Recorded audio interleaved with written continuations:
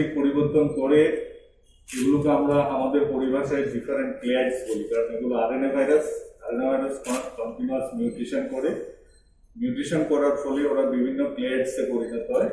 সারা বিশ্বে এখন 8টি ক্লেডস সার্কুলেট করছে।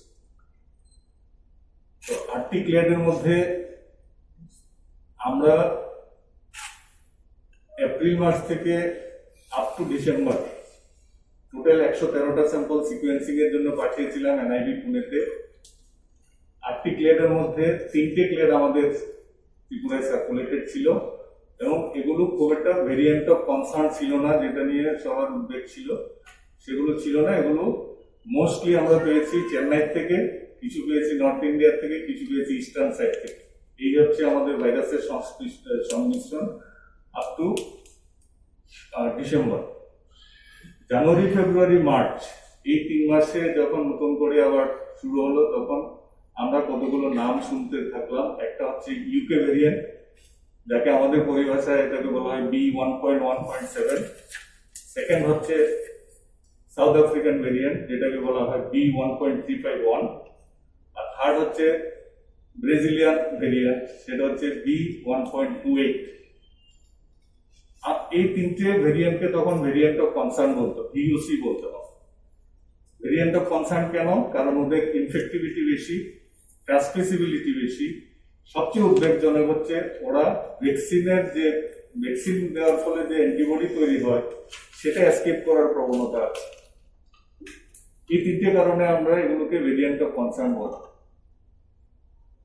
আমাদের দেশে যখন মহারাষ্ট্রে যখন সার্চ শুরু হলো, তখন সিকোয়েন্স করে দেখা গেল যে এবার নতুন করে ইন্ডিয়ান ভেরিয়েন্ট শুরু হলো, যেটাকে আমরা ডাবল মিউটেন্ট বলছি। তো এই ডাবল মিউটেন্টের নাম আমাদের পরিভাষায় হচ্ছে B1.617।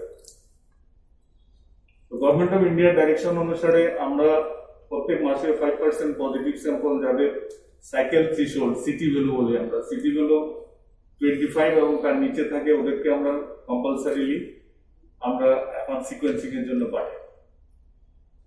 টোটাল আমরা 19টা স্যাম্পল পাঠিয়েছিলাম national institute of genomics and molecular biology কল্যাণীতে। সেটা হচ্ছে আমাদের জন্য আইডেন্টিফাইড সেন্টার। 10টা সেন্টার সারা ভারতবর্ষে আছে। তো আজকে বিকেলে এন্টায়ার রিপোর্ট আমাকে শেয়ার করেছে সিকোয়েন্সিং কমপ্লিট করার পরে। তো যেটা আমি বলবো সেটা আমাদের জন্য খুব একটা ভালো খবর নয়, সেটা খুবই উদ্বেগজনক। আউট অফ 19 আমরা 11টা পেয়েছি ডাবল মিউটেন্ট, যেটা মহারাষ্ট্রে 70% ইনফেকশন করছে। More than 69% infection caused by this double mutant B1.617। পাঁচটা হচ্ছে ইউকে ভেরিয়েন্ট, যেটা নিয়ে আমরা খুব চিন্তিত। দিল্লিতে এবং পাঞ্জাবে যে ইউকে ভেরিয়েন্ট আছে সেই ভেরিয়েন্ট আমাদের এখানে এসে গেছে, সেটা হচ্ছে B1.1.7। একটা পেয়েছি আমরা সাউথ আফ্রিকান ভেরিয়েন্ট B1.351। আর বাকিগুলো নর্মাল আছে। এখন আরেকটা ভেরিয়েন্ট মাত্র বাকি আছে, সেটা হচ্ছে ব্রাজিলিয়ান ভেরিয়েন্ট। সেটা হচ্ছে সবচেয়ে ড্রেডেড ভেরিয়েন্ট, যেটা যদি সংক্রমণ ছড়ায় তাহলে আমাদের ভ্যাকসিনের এফিকেসি কতটা থাকবে তা প্রশ্ন চিহ্নের মধ্যে থাকবে। আজকে এতগুলো কথা আপনাদের সামনে তুলে ধরার কারণ হচ্ছে একটা, ডক্টর বীজ বললেন কেন আমরা এতগুলো ডিসিশন আজকে আবার আমরা উই ওয়েন্ট ব্যাক টু আগের ডিসিশন গুলোতে কেন আমরা গেছি। কারণ এই মুহূর্তে আমাদের দুটো জিনিস আমাদের সামনে, একটা হচ্ছে observation of Covid appropriate behaviour, second হচ্ছে ভ্যাকসিনেশন। অ্যাগ্রেসিভ ভ্যাকসিনেশন এখন আমাদের সামনে একমাত্র চয়েস। ভাইরাস কিন্তু এবারও আমাদের সময় দিচ্ছে, গতবারও আমাদের সময় দিয়েছিল। আমরা হয়তো অনেক প্রস্তুতি যতটুকু নিয়েছিলাম তাতেও আমরা দেখতে পেরেছি যে এটা সম্পূর্ণ ছিল না একটা সময়। কিন্তু এবারও আমরা চাইছি যে আপনারা দেখছেন যে সারা দেশের পরিস্থিতি, আমরা চাই না এমন একটা পরিস্থিতিতে পড়ি যেখানে যে স্বাস্থ্য দপ্তরকে যেখানে সারেন্ডার করতে হবে, যে নিজের ব্যবস্থা নিজে করতে হবে। এই জাতীয় সিচুয়েশনে যাতে না পড়তে হয়, সেটার জন্য যেহেতু এটা একটা public health problem, health alone cannot take responsibility. That is a clear cut message, যে শুধু শুধু বেড বাড়িয়ে, অক্সিজেন বাড়িয়ে, ওষুধ আনিয়ে কিচ্ছু করা যাবে না যদি আমরা কোভিড অ্যাপ্রোপ্রিয়েট বিহেভিয়ার না পরিবর্তন করেছি। চারিত্রিক পরিবর্তন করে এগুলোকে আমরা আমাদের পরিভাষায় ডিফারেন্ট ক্লেয়ার্স বলি, কারণ এগুলো আরএনএ ভাইরাস কন্টিনিউয়াস মিউটেশন করার ফলে ওরা বিভিন্ন ক্লেয়ার্সে পরিণত হয়। সারা বিশ্বে এখন 8টি ক্লেয়ার্স সার্কুলেট করছে। তো 8টি ক্লেয়ারের মধ্যে আমরা এপ্রিল মাস থেকে আপ টু ডিসেম্বর টোটাল 113টা স্যাম্পল সিকোয়েন্সিং এর জন্য পাঠিয়েছিলাম এনআইভি পুনেতে। 8টি ক্লেয়ারের মধ্যে 3টে ক্লেয়ার আমাদের ত্রিপুরায় সার্কুলেটেড ছিল এবং এগুলো খুব একটা ভেরিয়েন্ট অফ কনসার্ন ছিল না, যেটা নিয়ে সবার উদ্বেগ ছিল সেগুলো ছিল না। এগুলো মোস্টলি আমরা পেয়েছি চেন্নাই থেকে, কিছু পেয়েছি নর্থ ইন্ডিয়া থেকে, কিছু পেয়েছি ইস্টার্ন সাইড থেকে। এই হচ্ছে আমাদের ভাইরাসের সংমিশ্রণ up to December. January, February, March এই 3 মাসে যখন নতুন করে আবার শুরু হলো, তখন আমরা কতগুলো নাম শুনতে থাকলাম। একটা হচ্ছে ইউকে ভেরিয়েন্ট, যাকে আমাদের পরিভাষায় এটাকে বলা হয় B1.1.7। সেকেন্ড হচ্ছে সাউথ আফ্রিকান ভেরিয়েন্ট, যেটাকে বলা হয় B1.351। আর থার্ড হচ্ছে ব্রাজিলিয়ান ভেরিয়েন্ট, সেটা হচ্ছে B1.28। এই 3টে ভেরিয়েন্টকে তখন ভেরিয়েন্ট অফ কনসার্ন বলতো, VOC বলতে হবে। ভেরিয়েন্ট অফ কনসার্ন কেন? কারণ ওদের ইনফেক্টিভিটি বেশি, ট্রান্সমিসিবিলিটি বেশি। সবচেয়ে উদ্বেগজনক হচ্ছে ওরা ভ্যাকসিন দেওয়ার ফলে যে অ্যান্টিবডি তৈরি হয় সেটা এসকেপ করার প্রবণতা আছে। এই 3টে কারণে আমরা এগুলোকে ভেরিয়েন্ট অফ কনসার্ন বলি। আমাদের দেশে যখন মহারাষ্ট্রে যখন সার্চ শুরু হলো, তখন সিকোয়েন্স করে দেখা গেল যে এবার নতুন করে ইন্ডিয়ান ভেরিয়েন্ট শুরু হলো, যেটাকে আমরা ডাবল মিউটেন্ট বলছি। তো এই ডাবল মিউটেন্টের নাম আমাদের পরিভাষায় হচ্ছে B1.617। তো গভর্নমেন্ট অফ ইন্ডিয়ার ডাইরেকশন অনুসারে আমরা প্রত্যেক মাসে 5% পজিটিভ স্যাম্পল যাদের সাইকেল থ্রেশহোল্ড, সিটি ভ্যালু বলি আমরা, সিটি ভ্যালু 25 এবং তার নিচে থাকে, ওদেরকে আমরা কম্পালসারিলি আমরা এখন সিকোয়েন্সিং এর জন্য পাঠাই। টোটাল আমরা 19টা স্যাম্পল পাঠিয়েছিলাম national institute of genomics and molecular biology কল্যাণীতে। সেটা হচ্ছে আমাদের জন্য আইডেন্টিফাইড সেন্টার। 10টা সেন্টার সারা ভারতবর্ষে আছে। তো আজকে বিকেলে এন্টায়ার রিপোর্ট আমাকে শেয়ার করেছে সিকোয়েন্সিং কমপ্লিট করার পরে।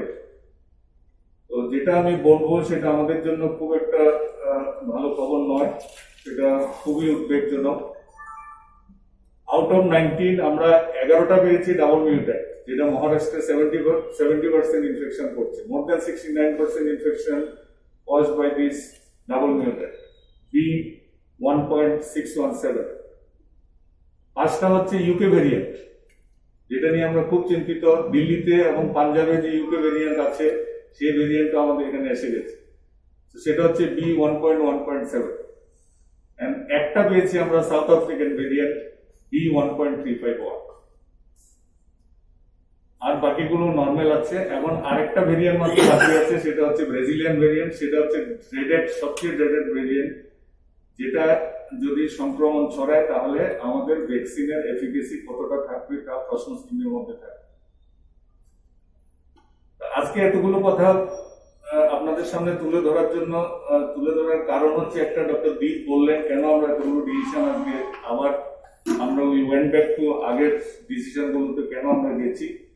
কারণ এই মুহূর্তে আমাদের দুটো জিনিস আমাদের সামনে, একটা হচ্ছে observation of Covid appropriate behaviour, second হচ্ছে ভ্যাকসিনেশন। অ্যাগ্রেসিভ ভ্যাকসিনেশন এখন আমাদের সামনে একমাত্র চয়েস। ভাইরাস কিন্তু এবারও আমাদের সময় দিচ্ছে, গতবারও আমাদের সময় দিয়েছিল। আমরা হয়তো প্রস্তুতি যতটুকু নিয়েছিলাম তাতেও আমরা দেখতে পেরেছি যে এটা সম্পূর্ণ ছিল না একটা সময়। কিন্তু এবারও আমরা চাইছি যে আপনারা দেখছেন যে সারা দেশের পরিস্থিতি, আমরা চাই না এমন একটা পরিস্থিতিতে পড়ি যেখানে যে স্বাস্থ্য দপ্তরকে যেখানে সারেন্ডার করতে হবে, যে নিজের ব্যবস্থা নিজে করতে হবে। এই জাতীয় সিচুয়েশনে যাতে না পড়তে হয়, সেটার জন্য যেহেতু এটা একটা public health problem. Health alone cannot take responsibility. That is a clear-cut message.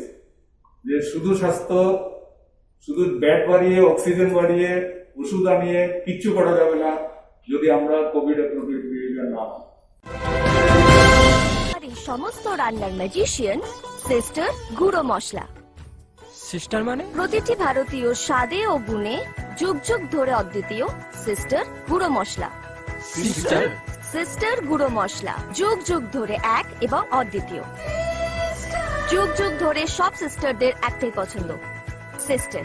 Sister গুঁড়ো মশলা নিশ্চিন্তের প্রতীক। সিস্টার গুঁড়ো মশলা গুণমানের স্বাদে প্রতি ঘরে ঘরে, আধুনিক প্রযুক্তিতে নতুন সাজে, নতুন রূপে সিস্টার গুঁড়ো মশলা। কোনটায় ফিরে ফিরে খেতে পারবা। সিস্টার গুঁড়ো মশলা নিশ্চিন্তের প্রতীক। ভারতের যে কোনো LICI অফিসের যাবতীয় পলিসি পরিষেবা এইখানেই করা হয়। নতুন পলিসি ও হোম লোন করানো হয়ে থাকে। এছাড়াও এখানে ক্যাশলেস যুক্ত স্বাস্থ্য বীমা করানো হয় এবং বাইক, স্কুটি ও গাড়ির ফায়ার ইন্স্যুরেন্সও করানো হয়ে থাকে। যোগাযোগ করুন লাইফ ইন্স্যুরেন্স অ্যাডভাইজার বিশ্বজিৎ শীল। ঠিকানা রানীর বাজার, Debinagar hospital Chowmuhani, Paschim Tripura.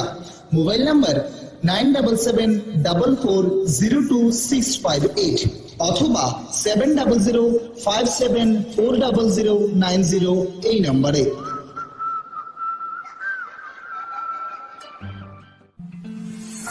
জনদর্পণ digital studio, we create, you celebrate.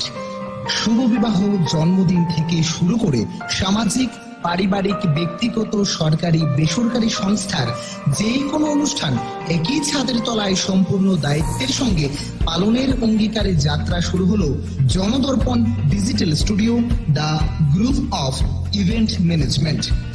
Make your occasion priceless. এছাড়াও আপনারা পেয়ে যাবেন wedding videography, photography, video editing, digital photo album, short film, pre wedding, cinematography, cinematic wedding videography, documentary এবং success স্টোরির মতন আরো অনেক কিছু। যে কোনো অনুষ্ঠানের জন্য যোগাযোগ করুন জনদর্পণ ডিজিটাল স্টুডিও, বর্দোয়ালি মিলন সংঘ, নিয়ার মোচা ক্লাব। মোবাইল নাম্বার 8794840801 এই নম্বরে।